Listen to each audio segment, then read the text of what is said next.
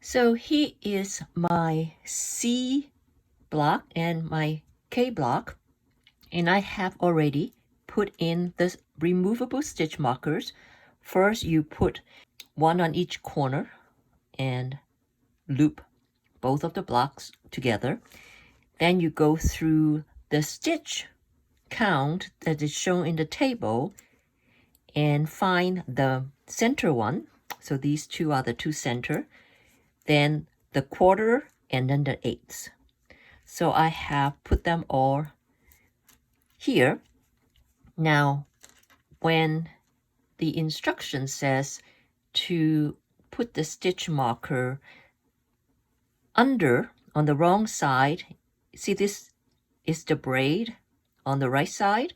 What you want to do is put the stitch markers on the wrong side, because how we're going to pick up the slip stitches are going to be right underneath sideways into the braid. Then what we're going to do is we're going to start in the middle. I have already threaded a tapestry needle on the, I picked a lighter. You can either pick a darker or the lighter of the two colors. Then start in the middle and just, you see how the stitch is picked up sideways right underneath the braid.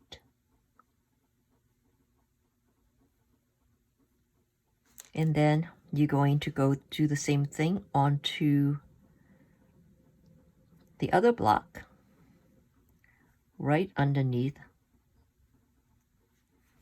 So you are not catching the loops on the braid, but under it.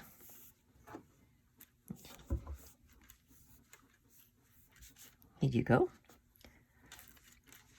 And then just continue on.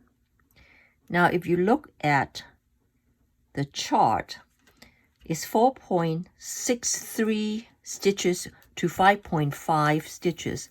So I know from, if you put them together like this, if you like, you can actually take one of these away and just hook both blocks with just one stitch marker if you prefer. But the idea here is that I know I have to pick two of these stitches at least each time, pretty much, with one of these. So it's 1 to 1 most of the ways, but 2 on maybe right in the middle of it. It really doesn't matter too much. So maybe I decide to do this one as a 2.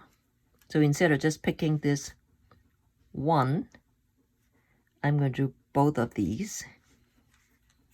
Right there, you see how it's catching this one and this one. And then go back to this side and just pick up just one more.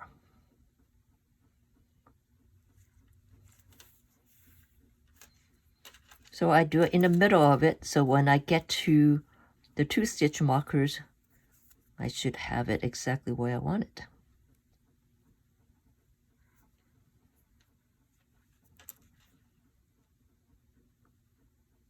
It's not an exact science, just do the best you can, and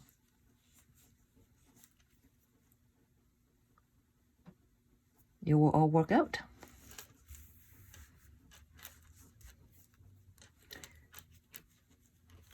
So now I'm at the stitch marker here, and my stitch marker is right there. So just get to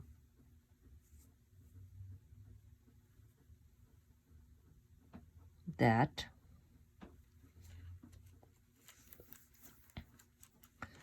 Now these 2 stitch markers are at the same place pretty much. Then I can remove one of these and continue on to the next set of stitch markers.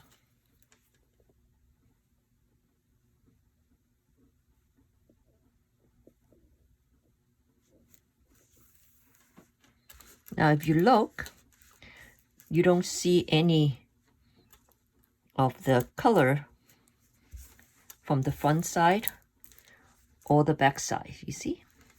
Unless you really pull it apart, you see it, but if you just keep it, it's rather invisible. So what you're going to do is you're going to go from the middle to one end. Then you take this tapestry needle out of this. I pretend I finished this end. Then I'm going to go to the middle, to the other end, and as long as you have around twice or 3 times the thread of this width, just cut it, rethread the tapestry needle, and go from the middle to the other end, and you have this 2 blocks sewn together. So now I'm at the very end. I just removed the stitch marker at the corner. So I'm picking up the very last stitch on the end, on the corner. And then instead of going in this way like I've done before as a slip stitch, I'm actually going to go the other way, find where the braid is, and go backwards, and make sure that you pull it towards the back, and you weave this in later because you want to be able to stretch this out as much as you can once everything is assembled. So I would not cut this or weave this in at this point. Then you're going to turn around and we are going to cut. Do about 2 to 3 widths of the half of the block. Cut that, and we rethread the tapestry needle. And we are in the middle again. So now you take the middle stitch markers off.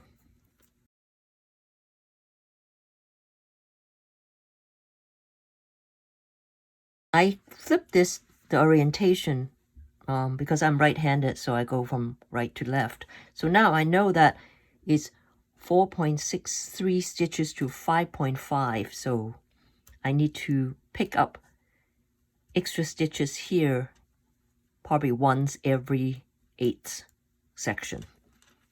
Okay?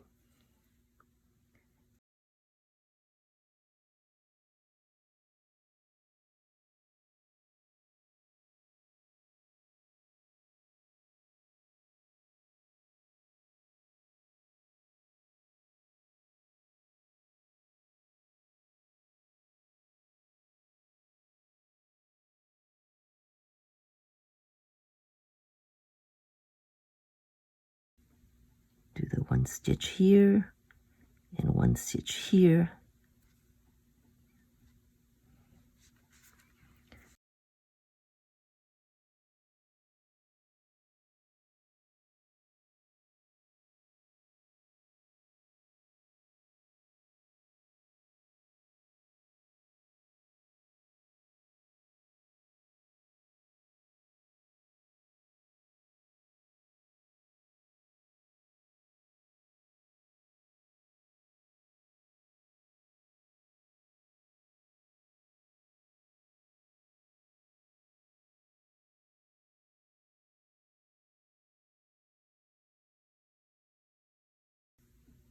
So just continue on to the end and then do the same treatment on the corner of this end as I've shown you on the other side. See, you can pick up just this one. This is the best way, is to just pick up this one little loop under the braid. Try not to pick up too many of them.